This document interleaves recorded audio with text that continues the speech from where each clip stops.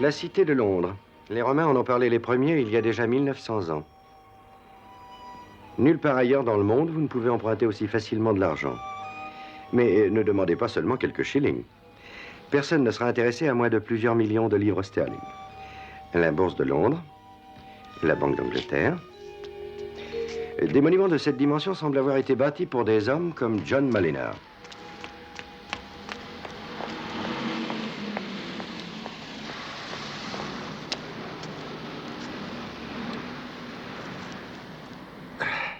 Alors vous êtes venu, Simon. Ce fut un plaisir.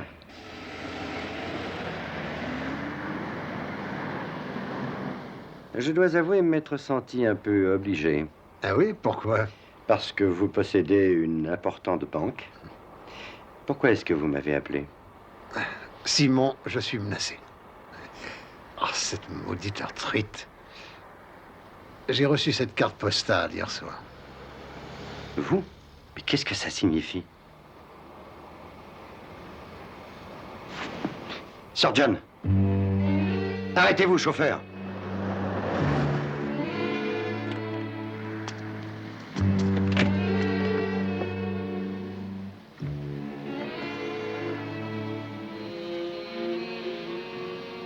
Mais que s'est-il passé? Il savait qu'on le tuerait. C'est pour ça qu'il voulait vous voir. Il disait que pour lui sauver la vie, il n'existait qu'une personne au monde. Simon Templar, le saint.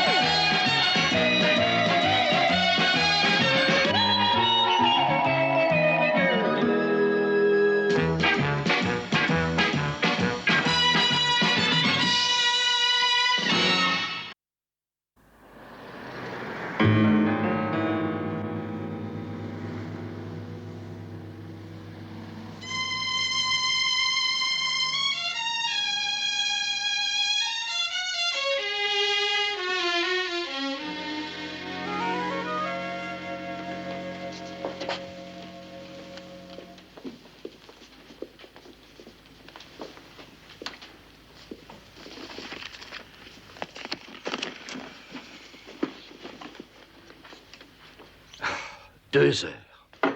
Écoutez, sommes-nous les directeurs de la compagnie ou de simples garçons livreurs? On m'attend au Lloyd's dans une heure. Je vous en prie, John sera sûrement là dans un moment. Vous devriez vous verser un... Ah, ça doit être lui.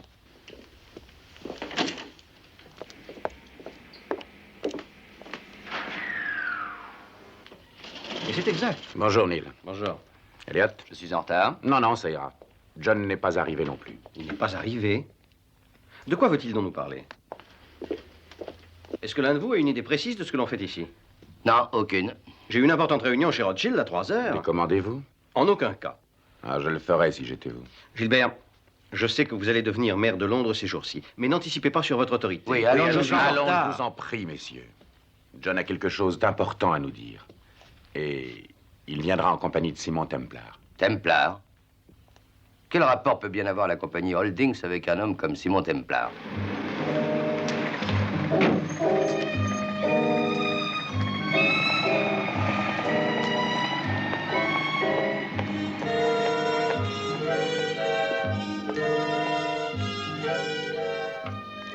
Une seconde.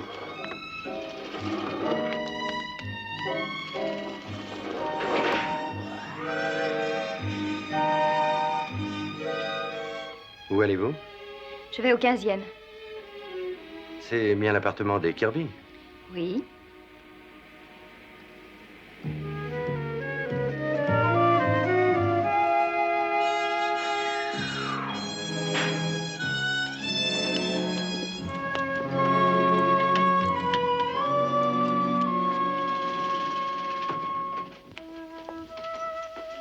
Vous travaillez pour Gilbert Kirby?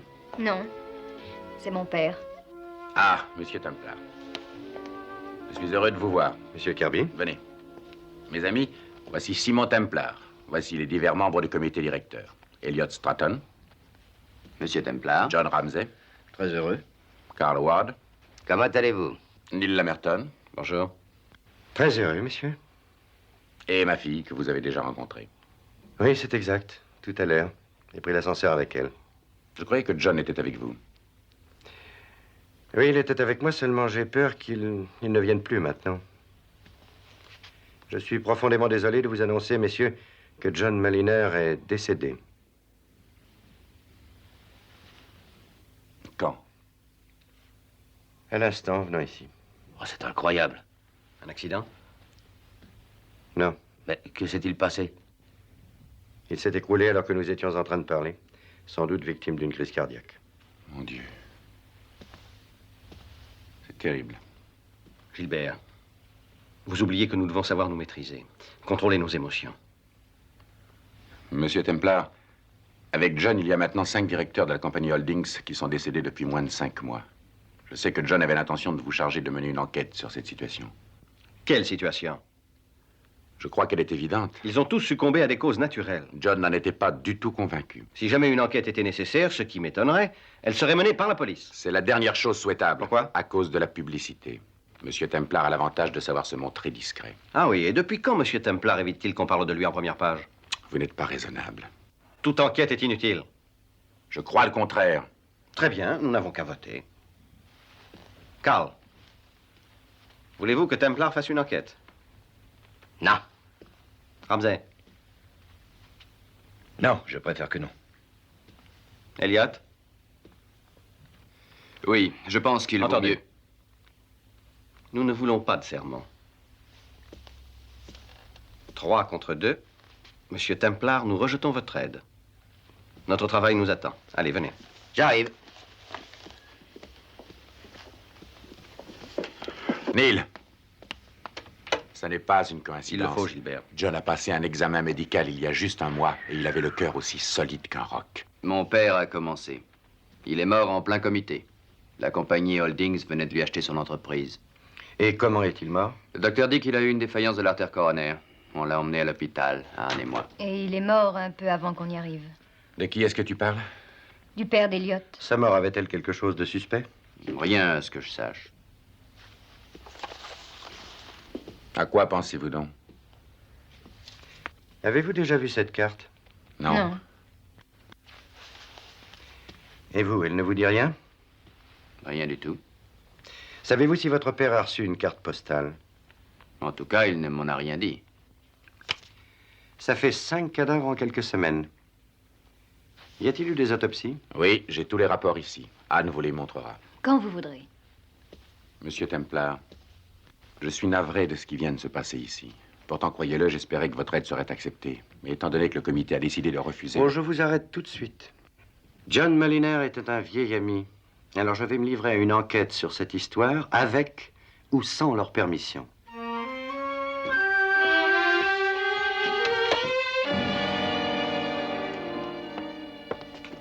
Monsieur Templar, je vous assure qu'il n'y a aucune raison de croire que le décès de John Moliner est dû à un meurtre. Docteur, c'est vous qui avez pratiqué l'autopsie, m'a-t-on dit. C'est exact, et j'ai décelé une vulgaire thrombose. Rien d'anormal?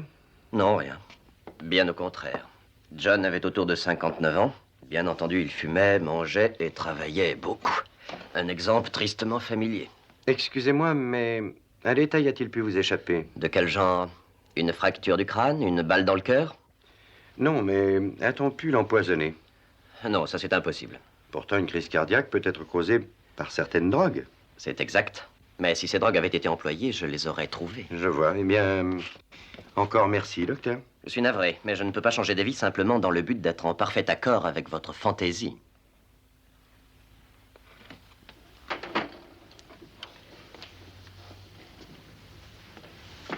Je vous affirme, monsieur Templar, que c'était une journée tout ce qu'il y a d'ordinaire. Je lui ai porté son café et son jus d'orange vers 7 heures. Vous lui serviez aussi de cuisinier? Oui, j'étais son cuisinier, son sommelier, son chauffeur, son valet. Et ensuite? Et ensuite, il s'est habillé. On a apporté cette carte postale.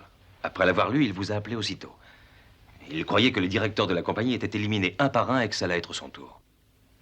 Oui, il avait vu juste. Savait-il qui avait pu l'envoyer? En tout cas, il ne m'en avait rien dit. À qui profite son testament? À son fils Patrick. Et j'ai été gâté, moi aussi. J'hérite de 20 000 livres et de cette maison. C'est un joli cadeau. Vous trouvez que c'est trop? Je n'ai rien dit de la sorte. Je lui ai sauvé la vie au cours de la guerre en 1939. On était dans les commandos. Et après la guerre, il m'a engagé. Et depuis, je suis resté là. Et maintenant? Je vais voyager. Je rêve du soleil des îles du Sud. Attendez quelques jours.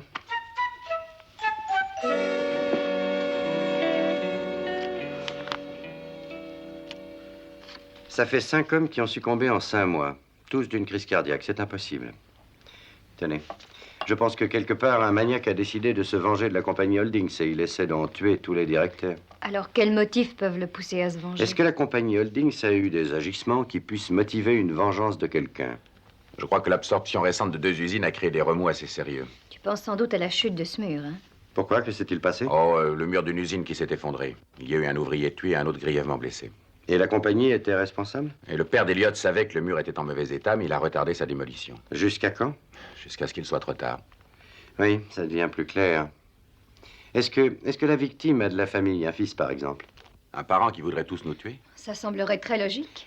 Sans oublier l'autre employé blessé, où peut-on le trouver? Il est toujours chez nous. Il est veilleur de nuit à l'usine où il travaillait. Mais elle n'est pas encore ouverte. Il faut trouver le motif de tout assassinat. Nous allons procéder par ordre chronologique. Commençons par la mort du père d'Eliott. Et Elliot appartient lui aussi au signe du Sagittaire. Bleu. Je rattache toujours une couleur aux personnes que j'aime. Anne, c'est le vert. Verdoyant et luxuriant, c'est son caractère. Maintenant, si tu veux bien nous excuser, Monsieur Templar et moi, nous avons à parler. Bien entendu, voyons, bien entendu. Anne a toujours été une compagne délicieuse. Ce ne sera pas long.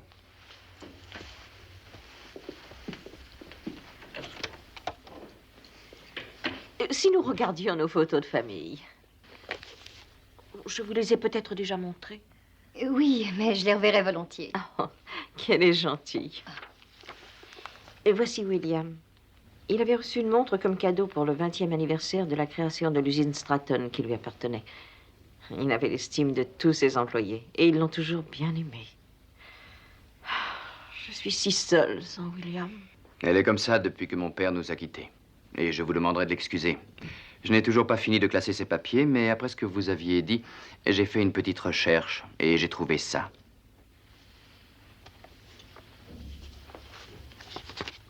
On l'a posté à 10 h le 4 janvier. Il nous a quittés le 6. Et à part John Maliner, est-ce que les autres ont reçu quelque chose? Je ne saurais le dire. Je peux la conserver? Oui, bien sûr. Que savez-vous de particulier au sujet du mur qui s'est écroulé sur les 2 ouvriers? Oh, mon père a commis une faute.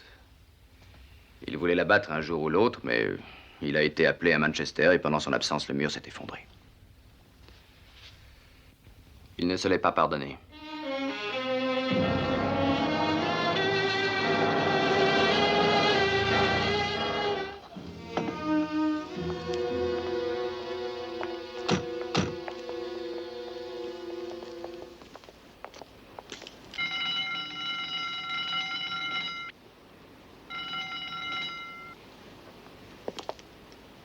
Peut-être effectue-t-il une ronde? Attendez dans la voiture que je revienne.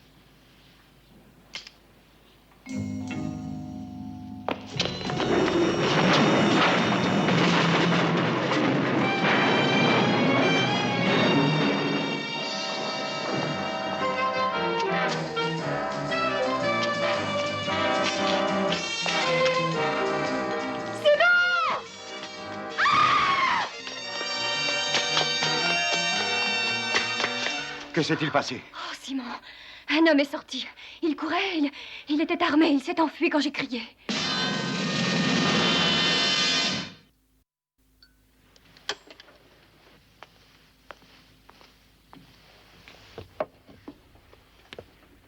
Il s'appelait Tom Riley. Le mur lui a écrasé la tête, il est mort sur le coup. Quant à sa femme, elle a émigré au Canada. J'ai justement reçu de ses nouvelles. Elle s'est remariée avec un riche fermier à Montréal. Elle a vite oublié. Ça en fait une heureuse. Redites-moi ce qui vous est arrivé ce soir. Bon, je ne peux rien inventer. J'étais assis à cet endroit. Il est possible que je me sois endormi. Tout à coup, j'ai reçu un coup sur la tête. Quand j'ai repris connaissance, vous étiez tous les deux là. Bon, je suppose que ça ne se reproduira plus. On s'en va?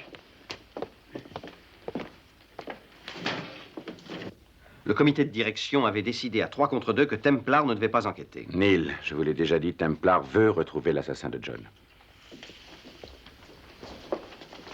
J'apporte le courrier, monsieur Lemerton. Posez-le là. Gilbert, pendant que vous allez défiler en tant que maire de Londres, j'ai la responsabilité de diriger la compagnie Holdings. Ou je le fais avec une complète autorité, ou je ne fais rien du tout. Maintenant, excusez-moi, j'ai un rendez-vous important.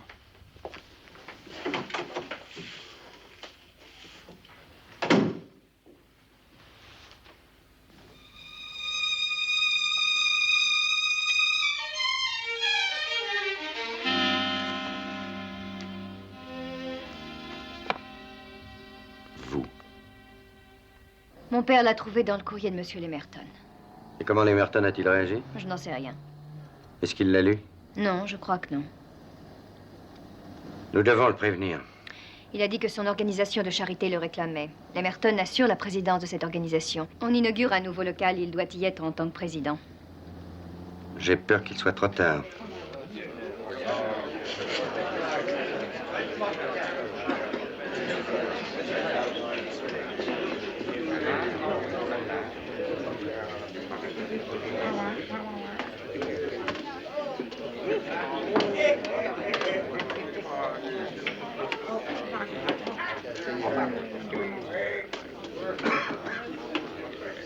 Mesdames et messieurs, je vous prierai de vous asseoir. Je suis très heureux de vous voir aussi nombreux et je vous souhaite la bienvenue dans le nouveau local de l'Organisation des travailleurs du port. Nous sommes ici pour célébrer l'ouverture d'une permanence d'entraide. Ce doit être un jour de fête pour n'importe lequel d'entre nous. Silence, silence. Je sais que certains parmi nous pensaient que cette journée ne viendrait jamais. Mais en fait, nous constatons que ce jour est arrivé plus vite que l'on ne s'y attendait. Cette réussite est due presque entièrement au travail inlassable et avisé d'un seul homme.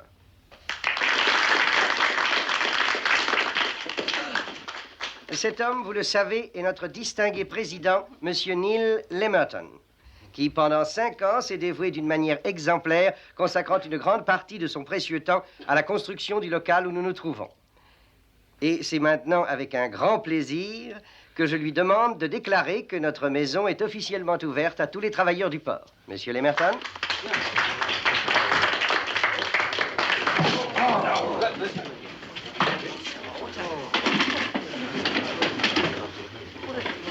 Non mais laissez-lui de l'air, s'il vous plaît. N'approchez pas. C'est inutile.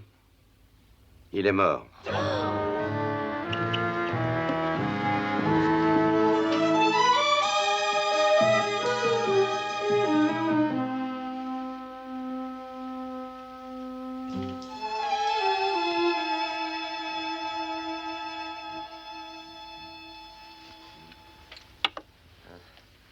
Cette aiguille lui a traversé l'aorte. J'ai procédé à des recherches au rayon X et j'ai tiré ce cliché. C'est incroyable. Quelle puissance il a fallu. Si vous n'aviez pas trouvé cette aiguille dans la chaise, je n'aurais pas cherché quelque chose d'anormal et je n'aurais rien découvert. Dire que cette petite aiguille a causé la mort d'un homme. Comme elle crèverait un ballon. Et en plus, elle est trop fine pour qu'on remarque sa trace. Il ne saignait pas? À travers un si petit trou, le sang ne coule pas. On arrive juste à la distinguer. Elle a tué Lemerton et elle a tué également 5 autres directeurs de la compagnie Holdings. Mais comment a-t-on envoyé ça? Les Américains ont mis au point un fusil à air comprimé qui envoie des projectiles de la taille de cette aiguille. Templar, j'avoue que nous sommes des imbéciles. Oui, il a raison. Nous nous sommes montrés criminellement irresponsables. Alors que vous nous aviez avertis. Et je vous avertis une nouvelle fois. Quelqu'un a l'intention de tous vous tuer. Alors pour cette semaine, je vous demande de ne pas vous montrer au grand jour. Pas de réunion ni de conférence de quelque sorte que ce soit. C'est entendu? Je crois que ça vaudrait mieux. Qu'en pensez-vous? D'accord. Karl? Oui, bien entendu. Je suis navré, il ne saurait en être question dans mon cas personnel. Demain, je dois prêter serment en tant que maire de Londres.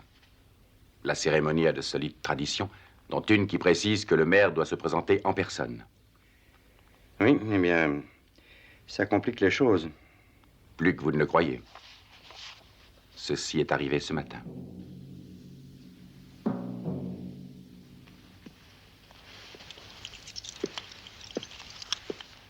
La police a pris l'affaire en main. Elle a placé des agents le long de la route. Souhaitons qu'il suffise.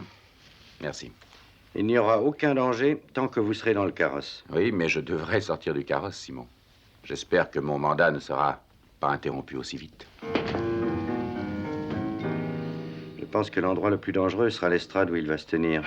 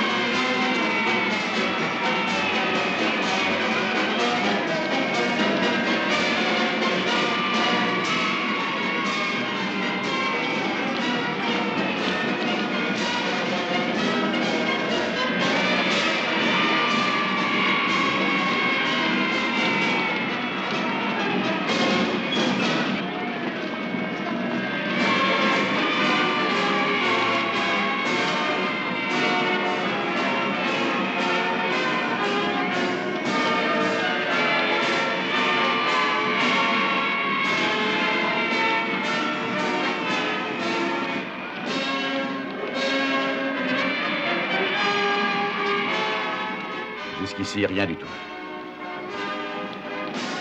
Je l'accompagne au carrosse. Attendez-moi une minute.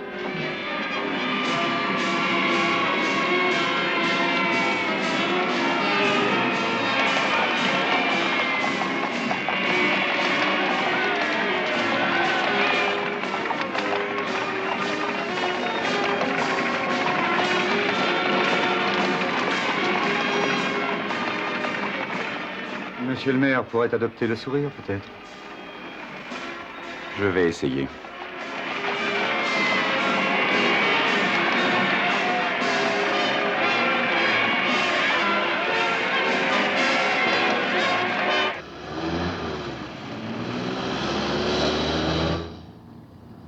Je pense qu'il en a encore pour 20 minutes dans le carrosse. Il faudra 1 heure pour que la cérémonie s'achève. C'est une dure épreuve. L'attente.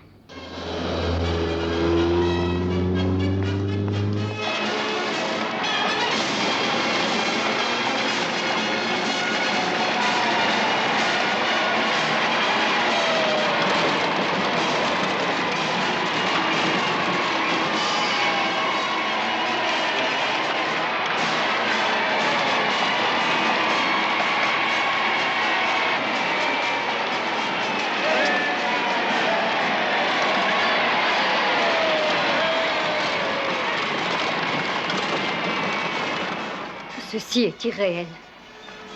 Imaginez que quelqu'un puisse essayer de tuer mon père dans cette immense foule.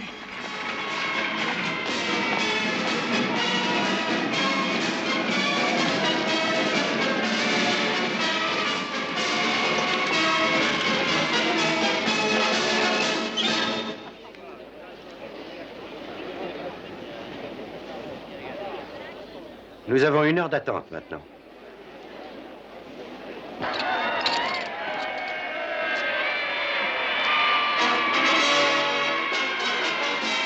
Nous pouvons nous en aller.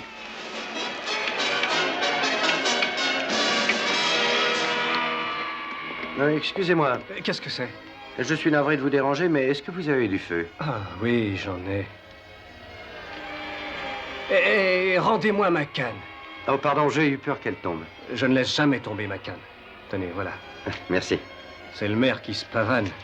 Tous de la pourriture. Tous ces politiciens, on devrait les mettre au bûcher, les brûler vifs.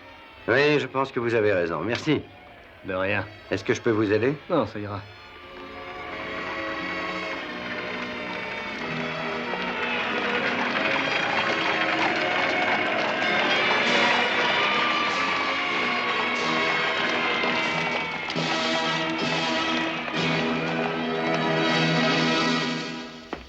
Fausse alerte.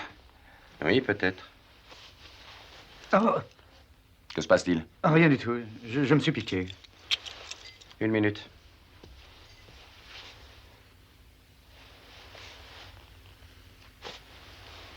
Ce n'était pas une fausse alerte. Vous n'avez rien remarqué? Non, rien. Alors vous n'avez aucune idée de l'endroit où ça s'est passé? Aucune. Heureusement que j'ai suivi votre avis. Quel avis? J'ai accepté de porter un gilet pare-balles sous ma veste.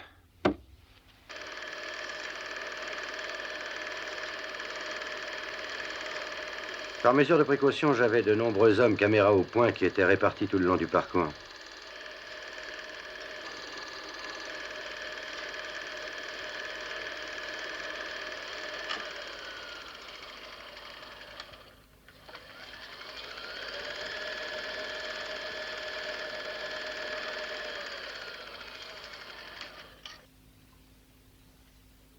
Regardez.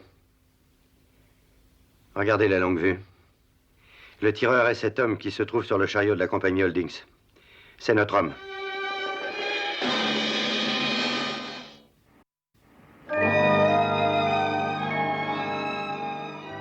Allons par ici. Nous l'aurons bientôt. C'est une simple question d'identification. Regardez ces photos. Elles ont été prises au moment où le char passait devant la tribune d'honneur. Celle-ci a été prise juste en face de votre père. Il n'y a rien de suspect si on ne remarque pas un petit détail. Détail que voici en gros plan. On aperçoit nettement le doigt sur la détente. C'est incroyable. Horrible serait sûrement plus précis. Dites-moi, Anne, qui s'est occupé du char qu'a présenté la compagnie au défilé? C'est John Moliner. Vous en êtes sûr? Mais oui, en particulier pour cette parade-ci. Oh, mais 1 minute.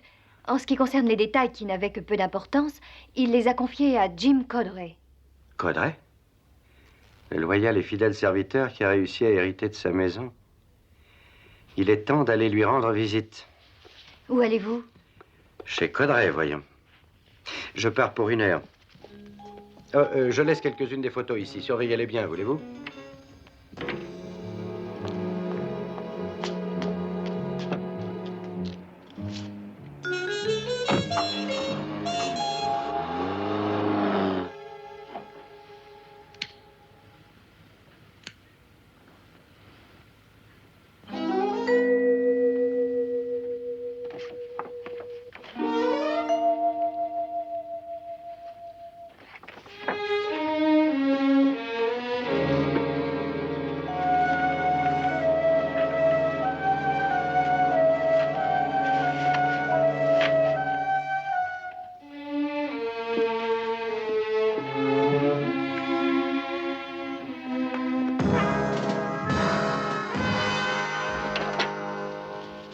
Alors, Jim, je ne vous dérange pas? Pas du tout. Ainsi, vous nous quittez. Je n'ai aucune raison de rester ici, Monsieur Templar. Tout va dépendre de ce que vous allez dire. Est-ce qu'il est exact que vous vous êtes occupé du char de la compagnie Holdings pour le défilé? Oui, mais à peine. Regardez donc ceci, voulez-vous? Ce sont les services publicitaires de notre compagnie eux-mêmes qui imaginent quelle forme le char adopte chaque année. Je suppose qu'ils ont loué les 3 figures. 3 figurants. J'en avais prévu seulement 2. Vous en êtes sûr? Ah oui, bien entendu. À quelle agence s'adresse la compagnie Holdings? Chez Winfield Berman, d'habitude. Je peux téléphoner? Je vous en prie.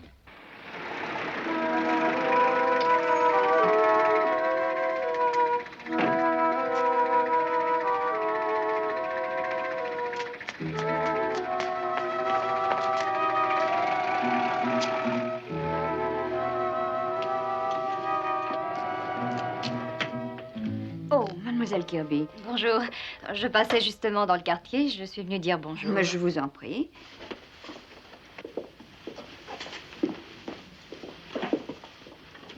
Asseyez-vous et installez-vous confortablement. Madame Stratton ne sera pas longue. Merci.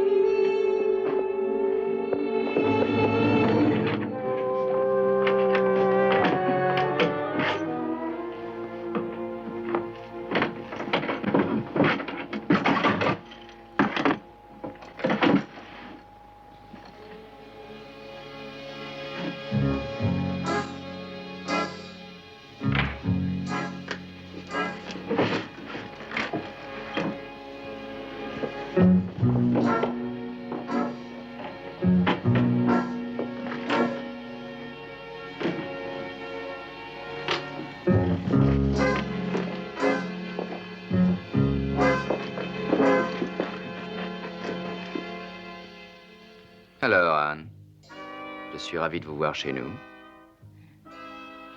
Bonjour, Elliot.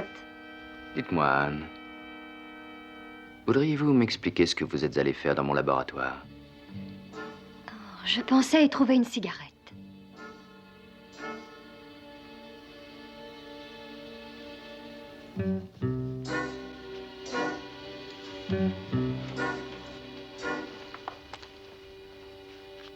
Merci. C'est surprenant.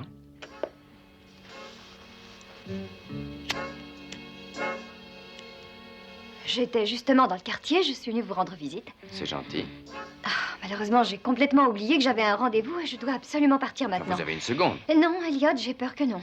Je dois aller chez Harrod avant qu'il ne soit trop tard. Mais vous devez le savoir. Quoi? Qu'il reste ouvert jusqu'à 5 heures, voyons. Et il est 25. Alors vous n'avez plus aucune raison de vous en aller en coup de vent. Anne, chérie. Bonjour, Madame Stratton. Oh, je dois dire que c'est une excellente surprise. Hein. Et j'adore les surprises, ainsi qu'Elliot, d'ailleurs. Oui, mais il y a différentes sortes de surprises. J'ai le pressentiment que ces cartes postales contiennent une indication importante, Jim. À quoi pensez-vous? J'en sais rien, j'arrive pas à mettre le doigt dessus. Ben, allez-y, c'est votre téléphone. Et je sais déjà ce qu'ils vont nous dire. Allô? Oui, c'est bien ici. Oui? Oui? Oui? Oui.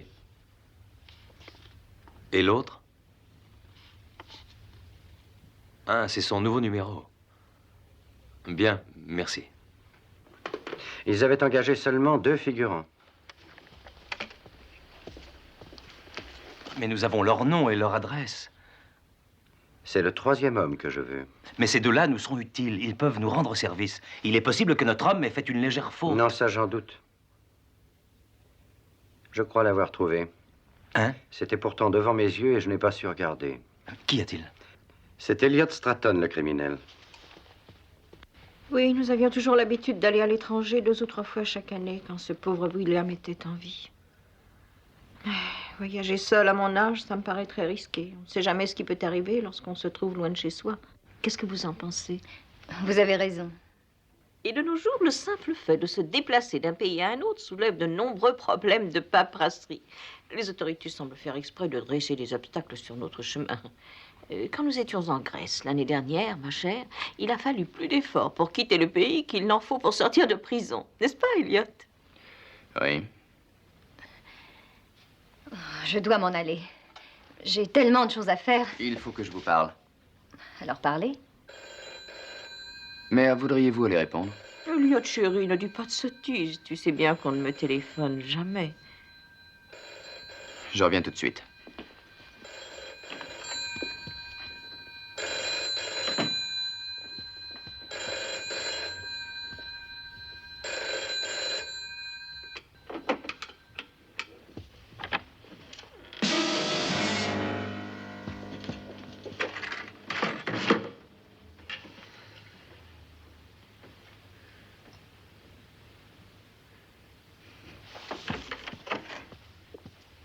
Où est Anne?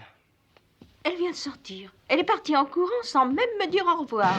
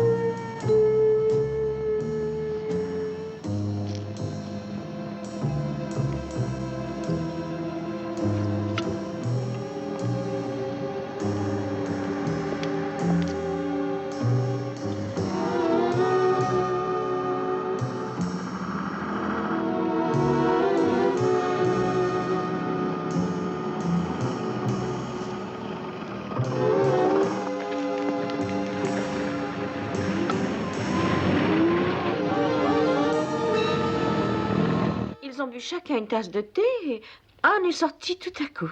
Elle s'est envolée et Elliot l'a suivie juste après. Merci, Madame Stratton.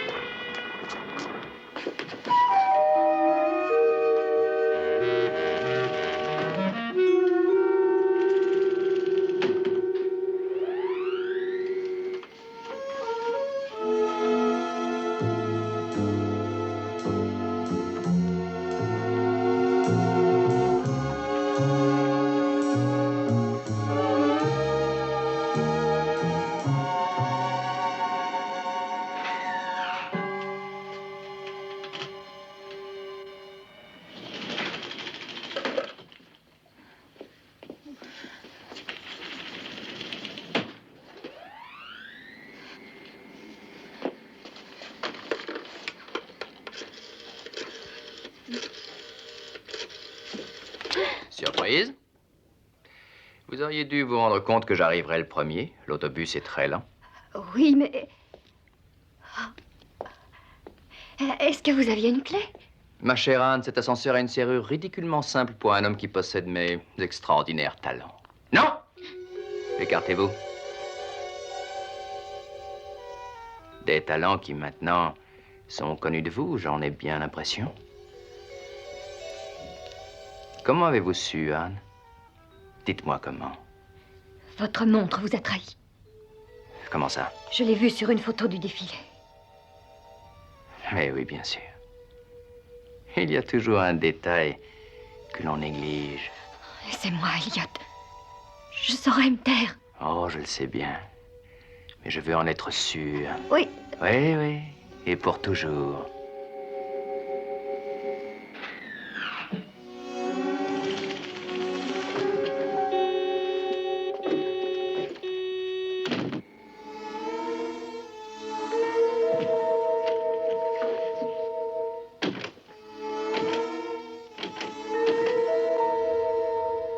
Anne, la porte ne résistera pas. Alors ne faites pas l'idiote.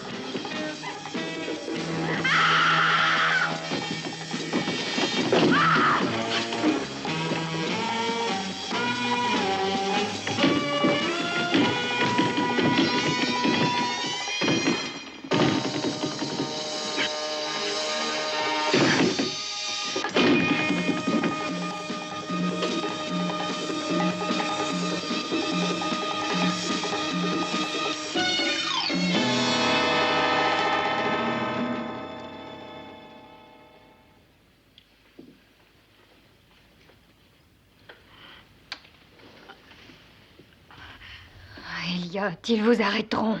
Oh, je n'en suis pas aussi sûr. De toute façon, je n'ai plus le choix maintenant. On m'a volé tout ce que j'attendais. Et vous n'avez plus rien à espérer.